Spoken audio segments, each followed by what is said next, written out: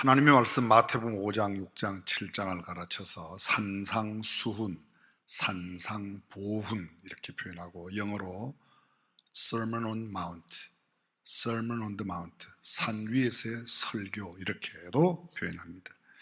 기독교 역사에서 많은 기독교 학자들이 이것을 표현하기를 기독교의 마그나 카르타, 마그나 카르타 들어보셨죠? 옛날에 들으셔서 아마 가물가물하실 거예요. 기독교의 대헌장이라고. 1215년 영국의 왕 존이 있을 때에 절대 왕권, 소위 말하는 왕이 하는 것은 모든 왕의 말 한마디에 다 움직였었는데 귀족들이 왕의 횡포가 너무 지나쳐서 그걸 제약하는 법을 만들고 왕으로 하여금 그곳에 사인을 하게 했습니다. 오늘날 우리가 살고 있는 민주주의의 기초 뿌리를 이곳 1215년 존 왕의 마그나 카르타에 사인한 것으로 귀족이 왕 앞에 내민 것으로 시작했다고 그렇게 생각하고 있습니다. 쉬운 말로 말씀드리면 민주주의의 출발은 한 사람에게 모든 정권, 권한이 있는 것이 아니라 우리가 인정하는 범위 내에서, 쉬운 말로 왕이 할 수 있는 일이 있고 할 수 없는 일이 있다. 왕이 해야만 하는 일이 있고 하지 말아야 하는, 해서는 안 되는 일이 있다. 왕도 거기에 사인을 하라. 이것이 계속 발전합니다. 한 500년 뒤 18세기 1700년대가 되면서 63개 조항으로 구체화되죠. 지금은 마그나 카르타 강의 시간이 아니니까 제가 긴 설명 드리지 않지만 그때 제일 중요하게 여겼던 조항 첫 번째가 뭔가 하면 교회의 자유였습니다. 교회의 자유. 저는 전 세계 어떤 나라에든지 한 걸음 더 성경적으로 말하면 신앙의 자유가 보장되어야 한다고 믿습니다. 아무리 경제적으로 부강하게 되어도 신앙을 억압하는, 신앙의 자유가 없는 이른바 북한, 신앙의 자유가 없죠. 유물사관을 정치의 뿌리로 삼고 있는 데는 하나님을 부정합니다. 늘 말씀을 함께 나누는데요, 1960년대, 70년대 초까지 북한이 우리보다 경제적인 수준이 훨씬 높았습니다. 그때 만약 경제 수준으로 따진다면 우리는 북한의 정치 형태를 그대로 가져왔어야 하는 겁니다. 그런데 오늘날 비교해보면 30분의 1도 안 되는 북한은 거의 몰락한 나라가 되었고 남한은 경제 대국이 되었습니다. 경제 대국이 되었다고 대한민국이 좋은 나라냐? 그것 때문에 나쁜 나라는 아니지만 그것 때문에 좋은 나라는 아닙니다. 저는 대한민국에는 신앙의 자유가 있고 하나님을 마음 놓고 경배할 수 있고, 그 절대 기준이 뭐라고요? 성경. 하나님이 기뻐하시는 일인가, 하나님께서 기뻐하시지 않는 일인가, 성경이 명백하게 이야기하고 있는 일인가 아닌가가 절대 기준이라는 겁니다. 오늘 성경은 이렇게 말하고 있습니다. 너희는 세상의 소금이니, 또 말합니다. 너희는 세상의 빛이라고 말하고 있습니다. 소금과 빛으로 살아야만 하는 우리, 수없이 많이 여러분들이 소금에 관한 이야기를 들었을 겁니다. 소금의 역할, 소금의 기능, 여러 가지 간단하게 살펴보면 소금은 단순히 짠맛을 내는 조미료를 넘어서 우리 생활과 건강에 아주 매우 중요한 여러 가지 역할을 감당합니다. 역사적으로 소금은 화폐로도 옛날에 사용되었어요. 월급쟁이들을 표현할 때 셀러리맨 또는 요사이는 셀러리 퍼슨 이렇게 표현하는데, 그 셀러라는 말이 영어의 솔트에서 왔습니다. 예전에 일하면 돈을 준 것이 아니라 소금을 주었거든요. 그래서 월급 받는 사람을 셀러리맨이라 이렇게 한 겁니다. 소금의 몇 가지 중요한 역할들, 특성을 생각해 보면 첫 번째가 맛을 내는 것입니다. 소위 말하는 조미력, 맛을 내는 힘이 있다는 거죠. 가장 잘 알려진 소금의 역할은 음식의 맛을 돋우고 기본적인 조미료로 쓰임받는 것이죠. 짠맛을 더하는 것뿐만 아니라 다른 재료의 맛을 끌어내고 균형을 잡아주어서 때로는 단맛이나 신맛을 더 부각시키기도 합니다. 혹시 그렇게 드셔보셨나요? 수박을 이렇게 소금에 찍어 드셔보셨습니까? 정말로 찍어보세요. 저는 늘 그렇게, 지금도 그렇게 하는데 훨씬 더 단맛이 확 와닿고 입안이 더 상큼해집니다. 소금이 함께 할 때 내는 특별한 맛이죠. 소금은 음식에 들어가면 그 자체가 스스로 녹아짐으로 음식 전체의 맛을 돋우는 풍미를 나타냅니다. 마찬가지로 예수님은 제자들에게 너희는 세상의 소금이라고. 여러분, 마태복음 5장 1절이 어떻게 시작하죠? 예수께서 산에 올라가 앉으시니 제자들이 나온지라 입을 열어 가르쳐 가라사대 심령이 가난한 자는 복이 있나니, 그 다음에 애통하는 자는 복이 있나니, 쭉 팔복을 이야기하고 팔복의 메시지가 끝나면서 제자들에게 첫 번째 하신 말씀이 너희는 세상의 소금이요 빛이다. 소금으로 빛으로 살라고 말하는 겁니다. 소금의 두 번째 특성이 뭔가 하면 부패를 막고 변질을 방지시키는, 소위 말하는 보존하는 보존력입니다. 소금의 가장 중요한 역할 중에 하나가 부패를 막고 음식물을 보존하는 능력. 냉장 시설이 없던 시절 소금은 고기나 생선이 썩는 것을 방지하여 변질을 막고 본질을 유지하여 사람들이 오랫동안 그 음식을 저장하여 두고 먹을 수 있도록 했습니다. 소금의 삼투압 작용은 미생물의 번식을 억제하기 때문에 김치를 만들어내고 장아찌, 젓갈, 염장고기, 여러분이 잘 아시는 안동 고등어, 안동 고등어. 갑자기 입안에 침이 가득한 사람. 당시 로마 제국 시대에 도덕적으로 타락하고 부패한 세상 속에서 바로 이러한 부패해가는 세상, 도덕적으로 타락한 이 세상을 바로 잡아야 할 사람이 그리스도인이라는 거예요. 그게 성경이 가르칩니다. 소금의 세 번째 특성, 정화하고 치유하는 능력. 소위 말하는 정결하게, 청결하게 하고 치유하는 능력이 있습니다. 상처를 소독하고 오염된 것을 정화하는 데 사용된 소금, 불순물을 제거하고 혈액을 정화하는 데는 반드시 이 소금이 필요하다고 합니다. 인간의 생명체를 움직이는 인간의 모든 혈액 기능, 간 기능, 모든 이 장기의 기능 가운데 가장 결정적인 영향을 주는 것이 소금이라고 합니다. 우리 몸의 생명 활동에 필수적인 미네랄, 나트륨의 주요 공급은 그것이 바로 소금이죠. 체액의 균형 유지, 쉬운 말로 말하면 몸이 마르지 않도록, 몸이 이렇게 띵한 마른 게 아니고 몸에 수액이 충분히 물기 있는 그런 이 체력이 되도록, 신경과 근육 기능도 소금이 없이는 움직여지지 않는답니다. 영양소 흡수와 영양소를 운반하는 소위 혈액의 운반, 그것도 염기가 없으면, 소금이 없으면 안 된답니다. 혈압 조절, 거기에도 역시 마찬가지입니다. 의사 선생님이 앞에 계신데 그렇죠? 그렇대요.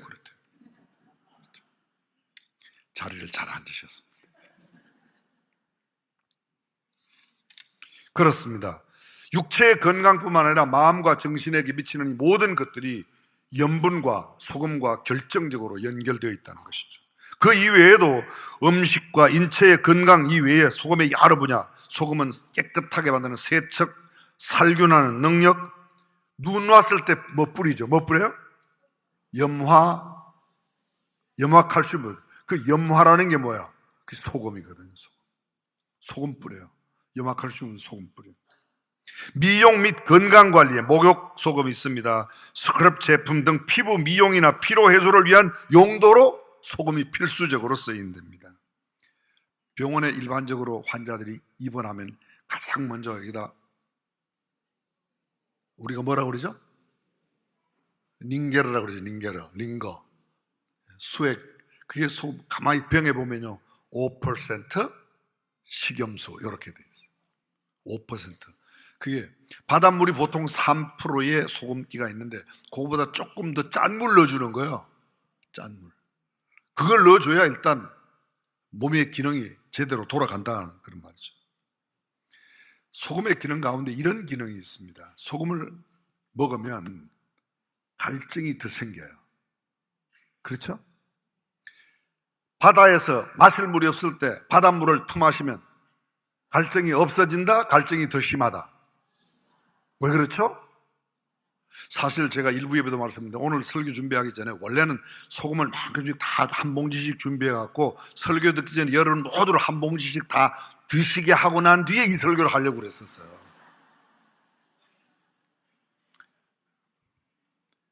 그러면 달라질 거예요. 아, 소금을 먹으면 물이 켜있는 거죠. 여러분, 이 원리를 잘 생각해보죠. 예수 믿는 사람들의 삶이 믿지 않는 사람들에게 자꾸 우리를 땡기게 하는, 갈증을 일으키게 하는 역할을 해야 된다는 거예요. 예수 믿는 사람이, 예수 믿지 않는 사람이 예수 믿는 사람 만나면 또 만나고 싶고 또 만나고 싶고, 만나면 만날수록 자꾸 더 만나고 싶은 그런 역할을 우리가 해야 되는데, 예수 안 믿는 사람들 위에 만나면 여러분을 우리를 자꾸 만나려고 그래요. 점점 멀어지려고 그래요. 그럼 우리가 지금 소금 역할을 제대로 하고 있는지 안 하고 있는지를 삶 가운데서 알 수 있는 겁니다. 소금은 단순한 짠맛을 넘어서 우리의 삶의 여러 측면에 없어서는 안 될 중요한 역할을 담당하고 있습니다. 뿐만 아닙니다. 소금은 아주 중요한 이런 여러 기능을 감당하기 위해서 죄악의 고통을 정화시키고 상처받은 이들을 치유하고 분열된 사회를 화합시키는 역할, 그 이외에도 위로를 주고 불의에 맞서며 사회에 살맛을 주는 부정부패를 없애는 거룩한 영향력을 나타내는 책임을 감당하는 이 소금으로서의 그리스도인의 삶이 이루어지기 위해서는 소금이 그런 역할을 하기 위해서 필수적으로 자신이 녹아지는, 다시 말하면 우리식으로 표현하면 내가 희생해야 일이 가능하다는 겁니다. 스스로 녹아 없어지면서 음식 전체의 맛을 냅니다. 변질과 부패를 막아냅니다. 방지합니다. 오염된 것을 청결케 합니다. 불순물을 제거합니다. 인체의 건강 및 생명 유지에 결정적인 역할을 하는 것은 소금이 자신이 녹아짐으로 오늘 교회가, 오늘 그리스도인들이 사회에 이런 소금의 역할을 감당하지 않는 것은 우리가 스스로 희생하지 않습니다. 우리가 스스로 녹아지지 않습니다. 더 똑똑해서 더 잘 챙겨요, 예수 믿는 사람들이. 그래서 생긴 말이 믿는 것들이 더해, 이런 말이 생긴 거예요. 안 믿는 것들이 하는 소리예요.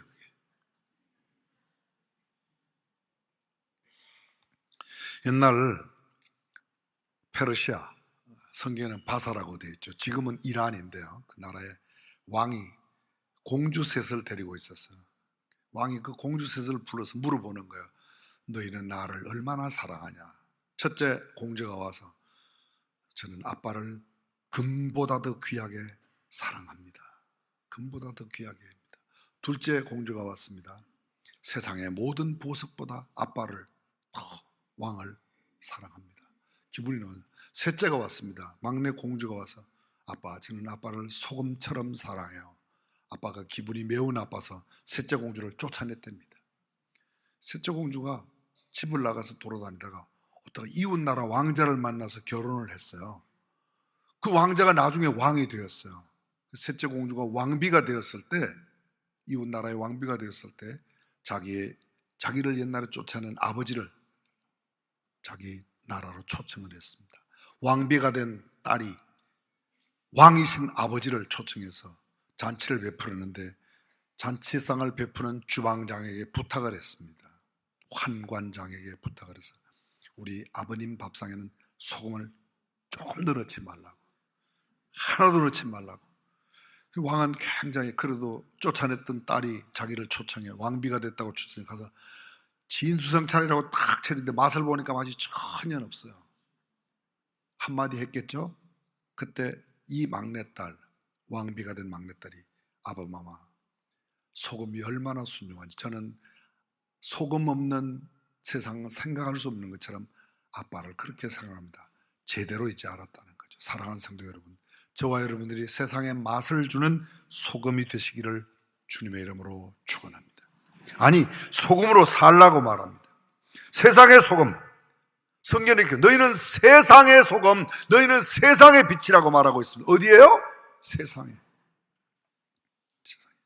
세상의 소금에 대한 예수님의 한 가지 엄중한 경고, 예수님에서 이렇게 만일 소금이 그 맛을 잃으면 무엇으로 짜게 하려? 후에는 쓸데없어 다만 밖에 버려져 사람에게 밟힐 뿐이니라.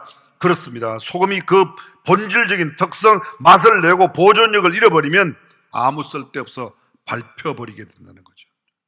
소금의 역할을 감당하지 못하면, 그 말은 그냥 현실적으로 보면 교회가 마땅히 세상에 보여주어야 할 교회의 역할을 감당하지 못하면, 더 좁혀보겠습니다. 예수 믿는 내가 예수 믿는 사람으로서의 역할을 제대로 감당하지 못한다면 사람에게 어떻게 해요? 밟힐 뿐이라. 세상이 왜 교회를 우습게 알고 예수 믿는 사람들을 그렇게 뜨듬뜨듬하냐? 그 사람들이 잘못되어서 그럴 수도 있지만 소금과 빛의 역할을 감당하지 못하는 우리 스스로의 책임이 아닌가 생각합니다. 어느 마을에 항상 불평이 많고 매사에 부정적인 소녀가 살고 있었답니다. 어느 날 소녀는 할머니께 찾아가서 자신의 불행을 하소연해서, 할머니, 저는 왜 이렇게 되는 일이 없을까요? 모든 게 정말 안 되고 그냥 죽고 싶어요. 할머니는 소녀를 부엌으로 데리고 왔습니다. 그리고 컵에 물을 가득 붓고 한 움큼의 소금을 넣어서 소녀에게 마시라고 했습니다. 소녀가 짠맛에 얼굴을 찌푸며 겨우 한 모금 마시고는 더 이상 마시지 못했습니다. 할머니가 물었습니다. 어떠니? 소녀가 대답은, 너무 짜서 마실 수가 없어요. 할머니, 소녀를 데리고 마을 근처에 고요한 호수로 갔습니다. 할머니는 다시금 소금 한 움큼을 주면서 호수에 뿌리라고 그랬습니다. 그리고 호수물을 떠서 마셔보라. 먹는데 아무런 문제가 없습니다. 그래, 너 마음을 넓혀. 너의 마음이 컵처럼 그렇게 좁으면 세상을 담을 수가 없다. 그런데 넓으면, 여기서 말하는 소금은 좋은 기능에서의 소금이 아니라 네가 세상의 부정과 부패의 쓴맛을 보거든 그것 때문에 흔들리지 말고 쏘라. 소금의 짠맛을 인생의 고통에 비유해서 고통이 어떻게 너무 내한테 영향을 끼치지 못하도록 내 마음과 내 생각을 넓히라는 그런 교훈을 담고 있는 예화가 있습니다.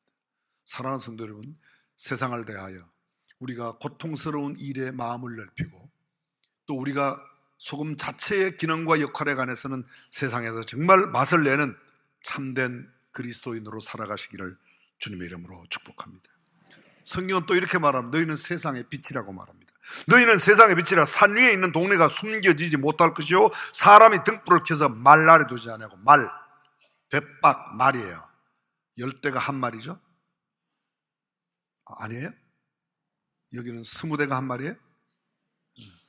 말 아래 두지 않는다. 등불은 위에 둔다.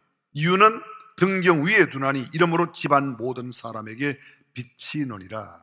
여기 등불이라고 말할 때, 등이라고 말할 때 그 등이 영어의 램프입니다. 램프, L-A-M-P, 램프.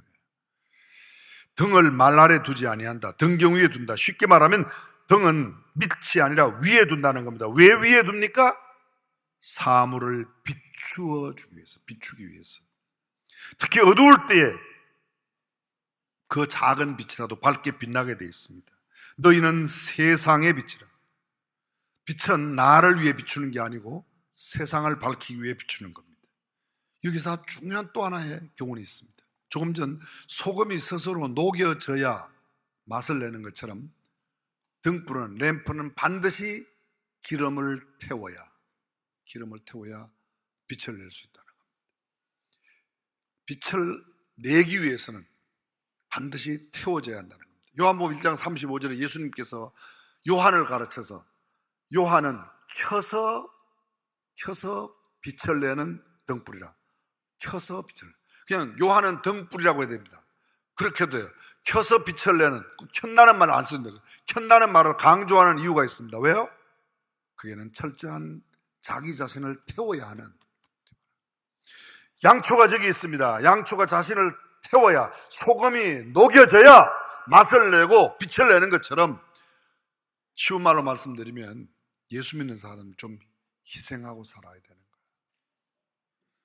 아멘이에요. 여러분들 왜 그렇게 정직하세요? 내가 좀 손해보는 겁니다. 희생이 뭐예요? 내가 손해보는 거예요. 근데 너무 똑똑하고 너무 스마트해서 내가 손해보지 않습니다. 내 것을 다 챙깁니다. 소금이 될 수 없습니다. 빛이 될 수 없습니다.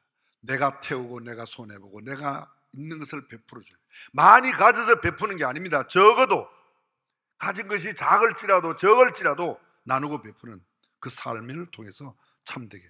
성경은 이렇게 말하죠. 그렇게 하면 너희가 그렇게 빛으로 살면, 선하게 살면, 착하게 살면, 너희의 행동이 올바르면, 남들에게 인정받고 살면 이로써 저 사람들이 너희를 인하여 하나님께 영광을 돌린다. 그렇게.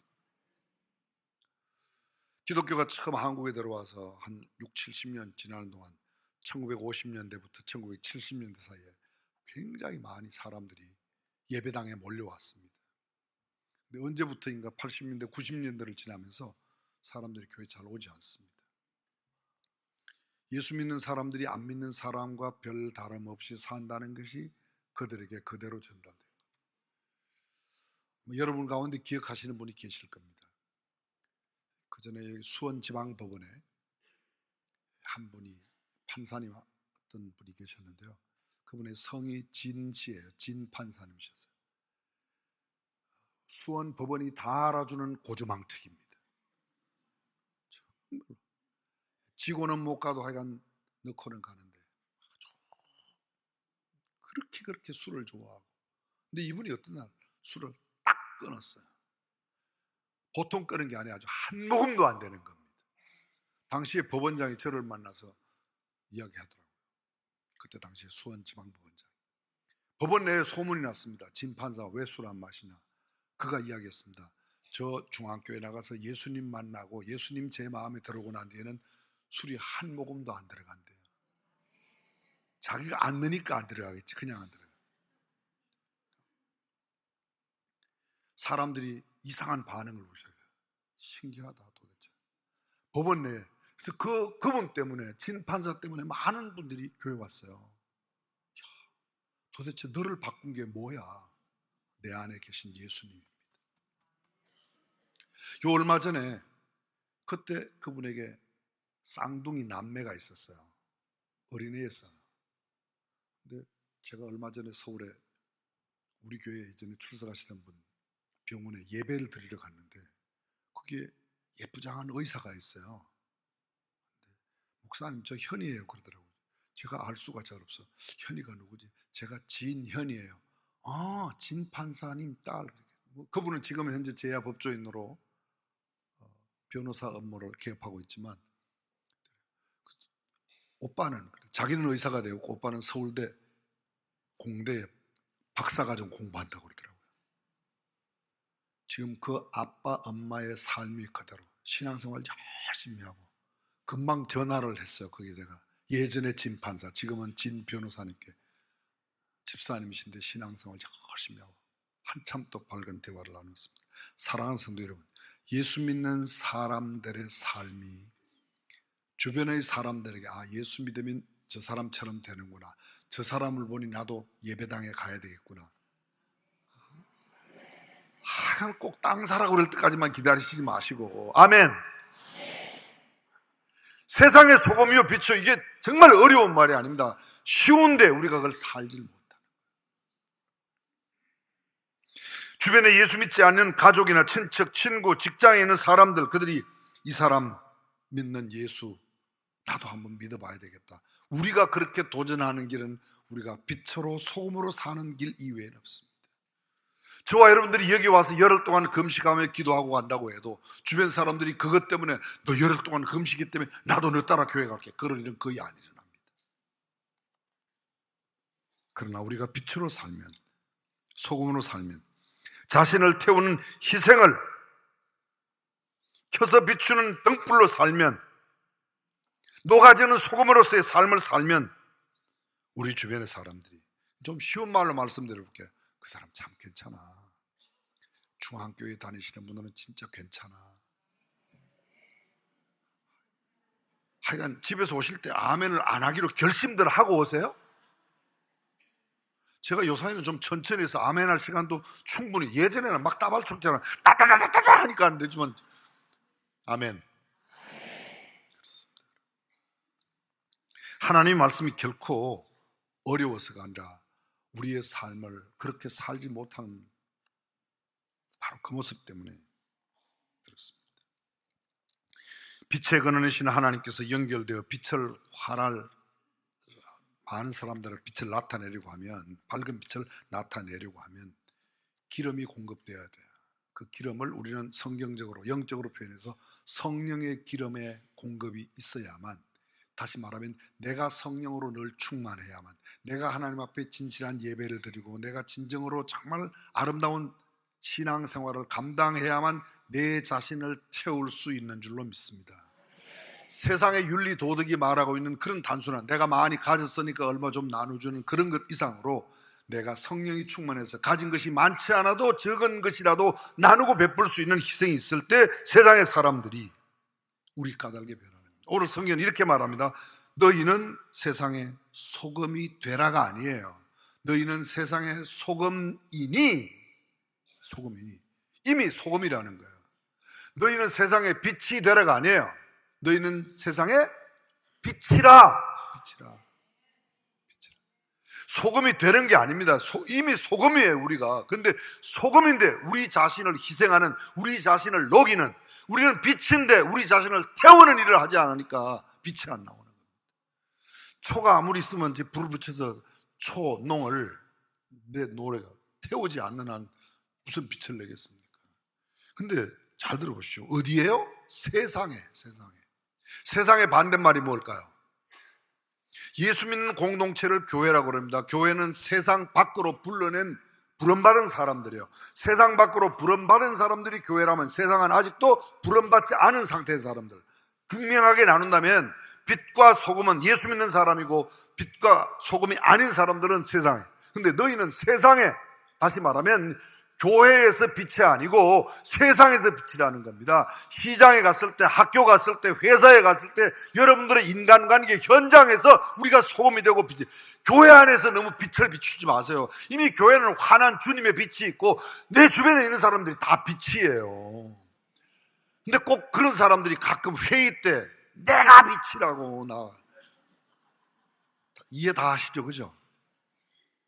그게 교회의 문제예요. 내가 소금이라고 아니고, 소금은 내가 죽는 거예요. 내가 녹아지는 겁니다. 내가 빛이라고 말하지 않습니다. 너희는 이미 세상의 소금이니, 너희는 이미 세상의 빛이니. 그렇습니다. 예수님은 세상의 소금, 세상의 빛이라고 우리를 칭하고 있는 겁니다. 예수를 믿고 따르는 사람들만이 세상의 소금이요 빛이에요. 이 세상적으로 말하는 단순한 도덕적인, 윤리적인, 우리보다 좀 나은 사람들의 개념 정도가 아니라는 것이죠. 예수님 까닭에, 예수님으로 말미암는 성령님께서 공급하시는 성령의 기름 부으심이 차고 넘쳐서 살아가는 삶의 태도, 그것이 성경이 말하고 있는 참된 빛과 소금의 삶인 줄로 믿습니다. 위대한 목적을 이루기 위해 주님께서 세우신 유일한 기관이 바로 교회라는 겁니다. 그래서 교회가 세상에 소금이 되고 빛이 되어야 돼요. 세상 사람들이 언제부터인가 교회를 굉장히 우습게 알고 뜨듬뜨듬 알아요. 예수를 믿는다고 겉으로는 말하면서도 교회가 없어져야 된다는 동, 교회가 교회다워져야 되지만 교회가 없어져서는 안 돼요. 아멘. 네, 교회가 없을 때 주님이 세우신 유일한 기관이 교회예요. 가정은 하나님께서 최초에 만드신 기관이에요. 그래서 성경적인 두 개의 디바인 인스티튜트, 소위 말하는 신성한 기관은 가정과 교회, 교회와 가정뿐입니다. 예수님은 학교 만드신 적이 없어요. 예수님은 연구소도 차리신 바가 없고, 예수님은 회사나 공장도 차린 바가 없습니다. 그럼 우리의 삶의 가장 중요한 터는 어디예요? 가정과 교회. 그 가정과 교회를 구성하고 있는 공동체인 교회 공동체와 우리 예수 믿는 사람들이 세상의 소금과 빛이 되어야 된다. 너희는 세상의 소금. 그렇습니다. 세상의 소금입니다. 마지막 16절을 한번 보고 말씀을 맺겠습니다. 16절. 이같이 너희 빛을 사람 앞에 비치게 하여, 그 다음에요, 그들로 너희 착한 행실을 보고. 빛을 비추는 걸 뭐라고 말해요? 착한 행실. 착한 행실을 살아가는 사람들, 쉬운 우리말로 한번 옮겨볼게요. 그 사람 참 좋은 사람이야. 그 사람 참 괜찮아. 참 괜찮아. 그 사람 예수 믿는데 깍쟁이야. 이거 아니에요. 그 사람 예수 믿는데 노랭이야. 이런 거 아니에요. 예수 믿는 사람은 그런 소리 들으면 안 돼요. 근데 그 사람 예수 믿는데 너무 엄청 똑똑해. 아주 직권은 다 챙겨. 여러분, 우리가 좀 손해가 볼 때 우리가 빛이 될 수 있습니다. 우리가 좀 손해보고 희생할 때 그때 우리가 뭐예요? 소금이 될 수 있습니다. 이제 여러분들이 우리 예배당에 들어오면서 그래, 맞아, 내가 세상을 깨우는 소망의 종이 될 거야. 어둠을 깨우는 종, 새벽을 깨우는 종이 될 거야. 종으로서. 그래, 세상에, 어두운 세상에 난 빛이 되고 답답하고 부패하고 썩어져가는 세상 속에 소금이 될 거야. 저는 우리 중앙교회 모든 가족들이 빛이 되고 소금이 된 존재로서의 삶을 살아가고 정말 빛다운 삶, 소금다운 삶을 살고 세상을 깨우는 종이 되시기를 주님의 이름으로 축복합니다. 알렉산더가 어떤 날 막사 주위를 거닐다가 보았더니 막사의 보초병이 졸고 있는 거예요. 막사에 너무 심하게 졸아서 가서 알렉산더가 깨웠습니다. 그 보초를 쓰고 있는 보초병이 세상에 알렉산더 황제가 자기를 깨우니 얼마나 기겁하고 놀랐겠습니까? 난 이제 죽었구나 그렇게 생각했겠죠. 그래서 황제가 이야기를 합니다. 자네 어떻게 그렇게 다 자네 직무를, 근데 네 이름이 뭐냐고 물어봤더니 자기 이름이 알렉산더래요. 야, 어떻게 너도 알렉산더 나도 알렉산더인데 너 알렉산더는 그 모양이고 나 알렉산더와는 다르다. 마치 보나파르트 나폴레옹에게 있는 이야기 알렉산더에게도 있었던 알렉산더가 너 행동을 바꾸든지 아니면 네 이름을 갈든지. 사랑하는 성도 여러분, 세상의 사람들은 우리를 그리스도인이라고 말합니다. 그리스도인답게 살든지 우리의 이름을 다르게 붙여야 안 될까요? 저 말은 이제부터 그리스도인답게 안 살려면 다시 불교로 돌아가라는구나, 그런 뜻은 아니고요. 우리의 이름에 걸맞게 살아가는 저와 여러분이 되시기를 주님의 이름으로 축복합니다. 기도하겠습니다.